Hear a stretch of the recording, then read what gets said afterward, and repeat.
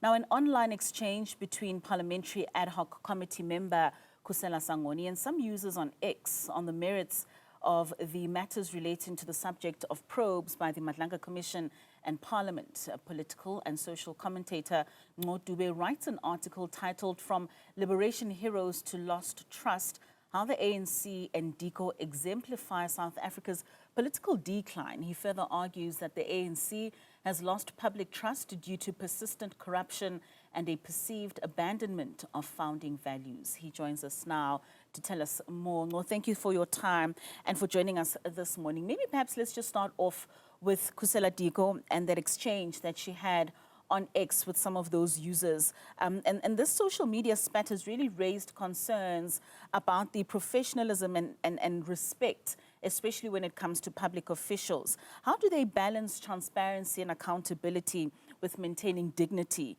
in public discourse? Good morning, Katejo, and good morning to your viewers as well. I think the most important thing for the ANC is to first accept that it no longer holds the moral authority it used to have. When it has that honest conversation with itself, it then will be geared to correctly engage with the public, with that context as a background. Without that honesty, without that internal conversation and the acceptance that trust has been eroded to a point where nothing they say can be taken at face value. Only then will they be able to balance the two.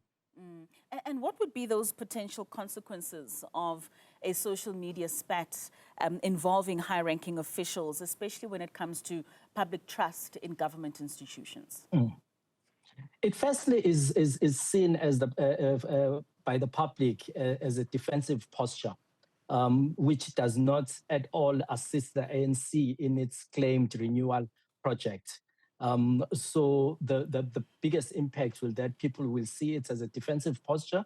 They will see it as a continuation of ANC cadres trying to protect each other, and the perceived impunity with which ANC deployees and ANC cadres have been conducting themselves with over the past 2-3 decades, with a pervasive corruption, with scandal after scandal, but hardly anyone being taken accounting and being prosecuted, etc. So people will just see it as a defensive posture and a continuation of them protecting each other. And you make reference of this in your piece, especially when it comes to Diko, particularly with her case and the history that is tied to the PPE procurement scandal. How do you think, or what you describe as arrogance of impunity, what it does in the public trust of the liberation movement?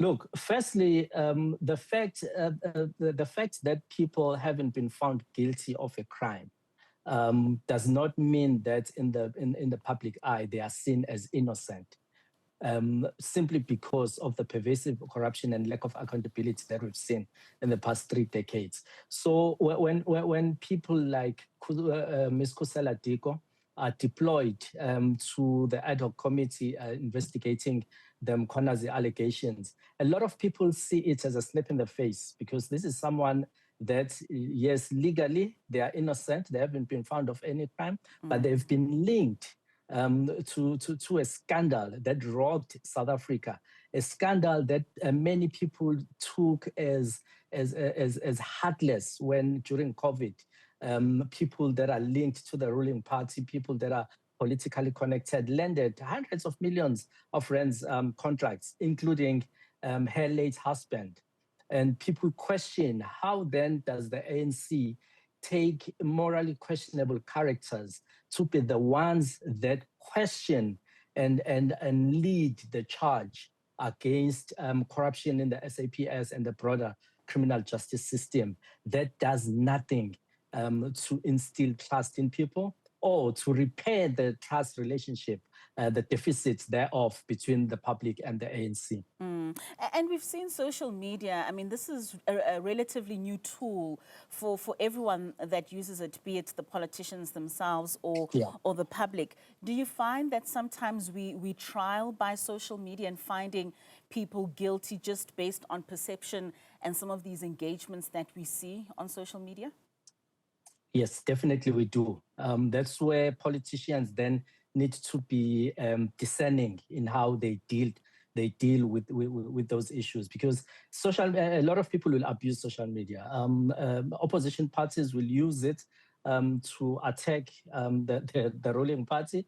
But as it happens in a public space on social media, the ruling party politicians need to be very discerning in how they respond. Because you know how on social media things can just go haywire without the intention. To her credit, Ms. Diko came back on X and apologized for some of her comments, but the damage is already done. Politicians need to always step back, even when they feel personally attacked. They need to be able to step back and question themselves whether their response advances the objectives of their organization, protects their organization.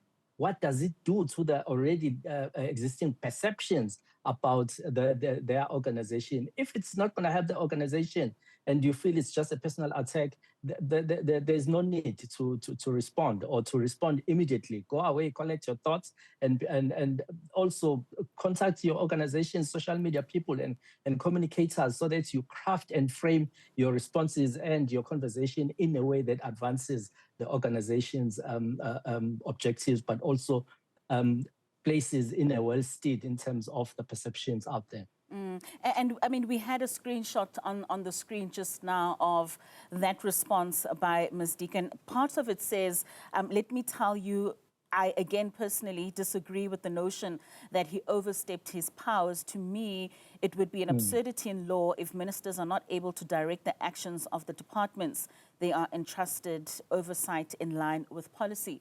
Now, this alone almost sort of gives what she has as an opinion, already as a member that's sitting on the parliamentary ad hoc committee, already seeming as if there's a side in which she's taking. How dangerous is it to voice such opinions, especially in the position that she sits in within the parliamentary ad hoc committee?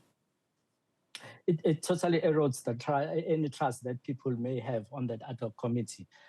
It reinforces the perception that usually the ruling party, the ANC, goes into these kind of investigations with a predetermined result, with the kind of evidence that has been led, especially in the last few days with the recordings that were played at the Madlanga Commission. It's just unfathomable that a member of the committee will go on a public platform and voice out her own opinion.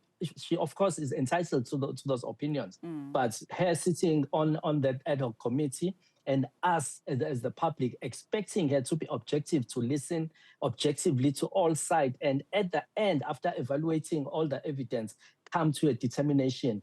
But she seems to have had that determination all along, and she's not afraid to voice it. It just erodes any trust that people may have on that ad hoc committee. All right. Thank you so much for your time. Nco Dube speaking to us, the political and social commentator, about what he deems from liberation heroes to lost trust.